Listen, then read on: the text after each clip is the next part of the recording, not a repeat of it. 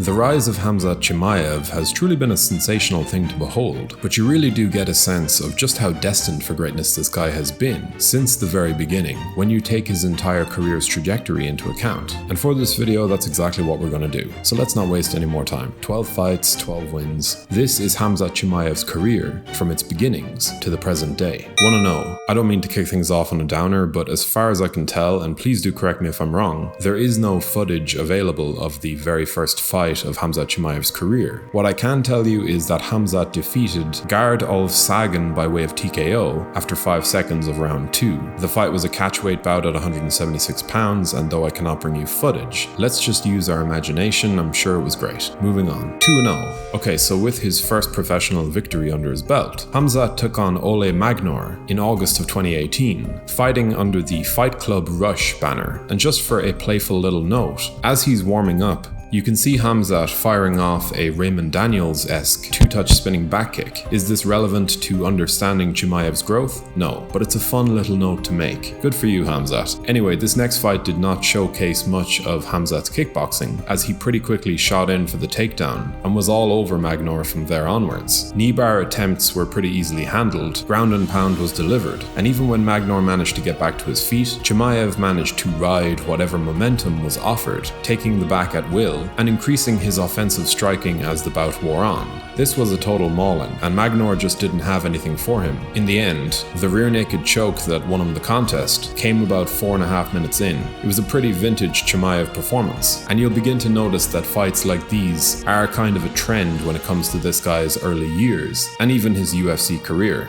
3-0. Next up, after easily beating Ole Magnor, who had a losing record, Khamzat was given a solid step up in competition in the form of Marko Kisic. At an unbeaten 5-0 with some pretty rapid submissions to his name, Kisic was at the very least a good finisher, and in the opening seconds he showed that he was a willing opponent. And interestingly, despite knocking him down on several occasions, Chimaev did seem like he was set on showcasing his superiority in the striking department. If the goal here was to keep time spent in Kisic's guard to an absolute minimum, then Khamzat did a very good job at doing so, picking his ground and pound spots very well, prioritizing dominant positions, and simply disengaging back to the feet whenever Kisic was grabbing hold or nearly retaining guard. Eventually, the knockdowns and the damage started to pile up, and this was only about 2 minutes in, I'll add. From that point onwards, Chimaev more willingly dove to the mat, eventually finding mount and hammering Kisic out for a 3-minute stoppage. A strong and surprisingly measured approach, even if it was a first-round finish. 4-0. After his mauling of Kisic at 170 pounds, Chimaev moved back up to middleweight, this time to take on the 8-3 Sydney Wheeler, a fighter who, oddly enough, had already fought Khamzat's future opponent, Gerald Meerschaert, a fight that Wheeler lost by way of Kimura within the opening 90 seconds. And yeah, a finish in 1.5 minutes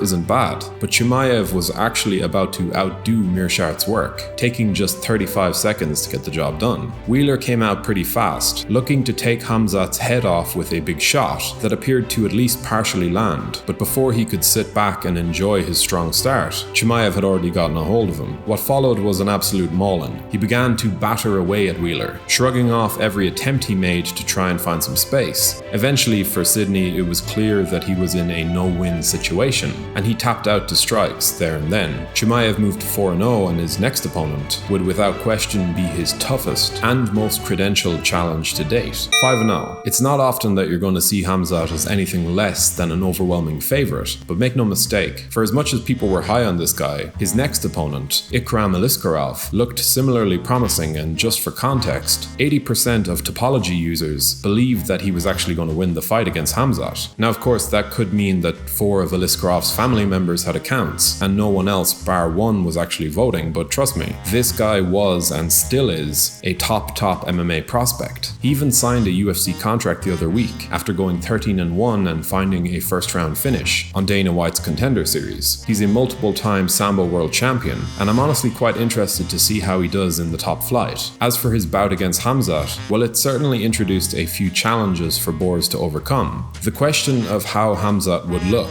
if somebody could stop his takedowns is one that we will likely get a better answer to if he does take on guys like Colby Covington, Kamaru Usman, and even Robert Whittaker if they don't get too pally. But in this fight, even as he managed to rock Aliskerov on the feet, even as he stunned him, he wasn't able to exert his usual level of control, making this by far and away the most difficulty Khamzat has had to face at this point in his career. But when I say difficulty, it still wasn't too much to overcome. After dropping him and still failing to carve out superiority in the clinch, Khamzat simply disengaged, started landing more with his hands, used a few solid leg kicks, and eventually knocked out Aliskerov with a wonderful uppercut. This all happened within the space of 2 minutes and 26 seconds, so there was some slight adversity for Chimaev, but after making the adjustment, he managed to come through with a victory that is, without question, the most impressive of his first 8 or maybe even 9 fights, 6-0. And finally, we come to the last bout that Chimaev would have before he signed with the UFC. At this point, it was October of 2019, and his opponent, Mazawandale Halangwa, was 4-0 with all finishes. But this fight was actually pretty straightforward, comfortable even, for Chimaev. He basically had his way with Halangwa through that opening round, even if he wasn't fully able to dish out as much ground and pound as he may have liked. But in that second round, he pretty much picked him up, ran over to his own corner, and found his way to a fight-winning Darce choke that would leave him at 6-0. Sure, it didn't spring up as many challenges as the Aliskerov fight, but for me, your humble narrator, learning to say Mazawandale Halangwa was enough of a challenge, even if I am still potentially butchering it.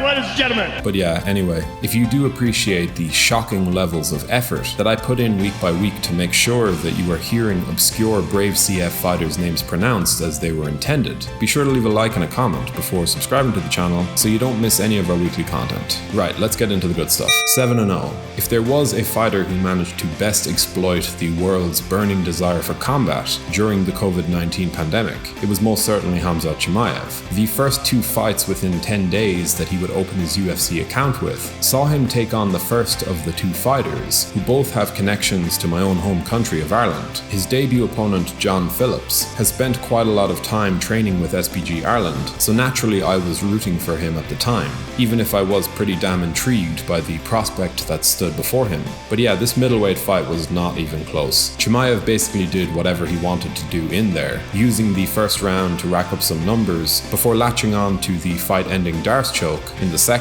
A tough night for John Phillips, but in reality, as a knockout artist, he was unfortunately introduced to some new levels of ground domination on that night. It was a near flawless UFC debut for Borz. 8-0. Star-making moments don't often come around as dramatically as they did during this memorable period of Khamzat's career, but when he decided to pull off what I believe was the fastest turnaround in UFC history, although I think that record has since been broken. But anyway, once again, this fight involved another athlete who I was rooting for. Rhys McKee is a very good fighter, and I had been looking forward to seeing him in the UFC for quite some time. After a 3-fight streak of finishes in Cage Warriors, I was pretty pumped to see how he'd do in the top flight, but that pumpedness quickly turned to disappointment when I saw that the UFC were actually just going to throw him to the wolf, which, let's be fair, wasn't great matchmaking for someone who's making their debut. And yeah, this fight was another vicious mauling from Chimaev. He was showing us that he was willing to step up his already pronounced aggression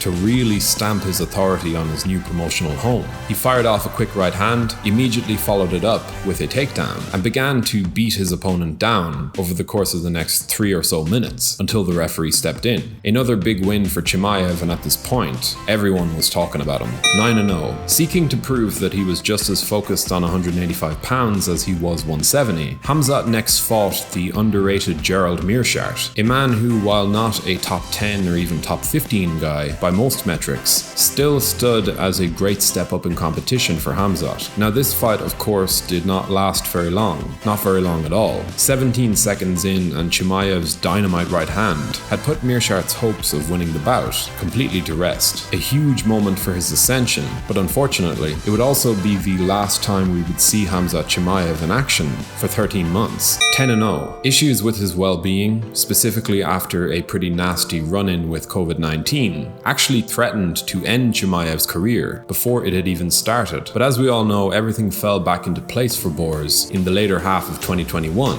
and despite trying to get a frankly ridiculous step up in competition against the number 3 ranked Leon Edwards, despite him having only one UFC victory as a welterweight, we ended up getting a much more appropriate fight in Khamzat versus Li Jingliang. I don't know how that Edwards fight would have gone, but again, while I'm all for pushing a prospect if he's ready, the fight with the Leech definitely made more sense. And with Abu Dhabi as the venue, you could just tell that Chimaev was absolutely dying to get back in there, to make the type of statement that would remind the fans why he was such a sensation in 2020. And yeah, I'd certainly give him a 10 out of 10 on that one. He latched onto the Leech within seconds, taking advantage of an overexcited right hand that was thrown by his opponent to basically pick him up, shout some stuff at Dana White, and go to work with a mixture of ground and pound, and the eventual fight-ending rear naked choke. His ridiculous stat line of 252 strikes, with only 2 absorbed in return, pretty much told the whole story of just how dominant this guy was looking, and with a credible top 15 170 pounder on his resume, things were about to get very interesting. 11-0. Out of Khamzat's 12 professional mixed martial arts bouts, if you wanted to spot the outlier, or the odd one out if you will, look no further than his Fight of the Year candidate war with Gilbert Burns. Whether it was the dangerous Brazilian Jiu-Jitsu skills that Durinho brought to the table or not, Khamzat was definitely pushing his striking skills to the fore this time around, not constantly hunting for takedowns, especially as the fight wore on, and boy did that bring out a real instant classic. I'm never one to be too drawn into the assumption that a fighter is perfect or unbeatable, because 99% of the time they just haven't faced the right stylistic matchup yet. I want to see them fight enough that they run into a challenge that causes them to mix things up. And for my money, Gilbert Burns was exactly that. On fight night over the course of the 3 scheduled rounds, it really showed, and I mean that in a very positive sense. Yes, the seemingly unstoppable Chimaev actually looked human,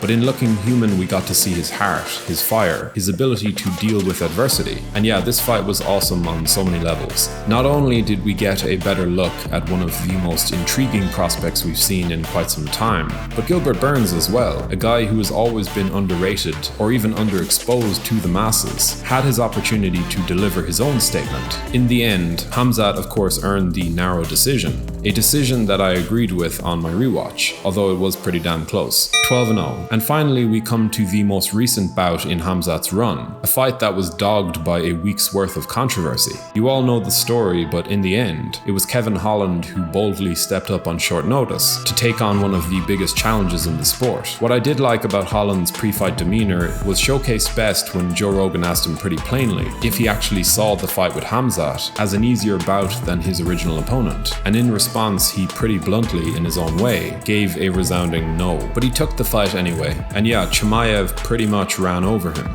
showing an even greater level of top control than we had seen from him in previous fights. The way he glided over the top of every potential escape that Holland tried, it was nothing short of glorious. And yeah, the fanbase did not appreciate his attitude towards the weight miss, because it kind of derailed the entire main card. But all in all, you can't really fault him for what happened inside the cage, and when the fight-ending submission was locked in, we all knew that it was only a matter of time. But for as long as it lasted, this was just about as vintage a performance as he could have given under the circumstances. Anyway, that'll just about do it for this video. What's your own personal favorite Khamzat Chimaev fight or performance? And where do you think he will be in 12 months' time in terms of his record or even his division? Do let us know your opinions in the comments section below, and if you enjoyed this video, be sure to leave a like and a comment before subscribing to the channel so you can stay up to date with all of our latest uploads. Thank you for watching.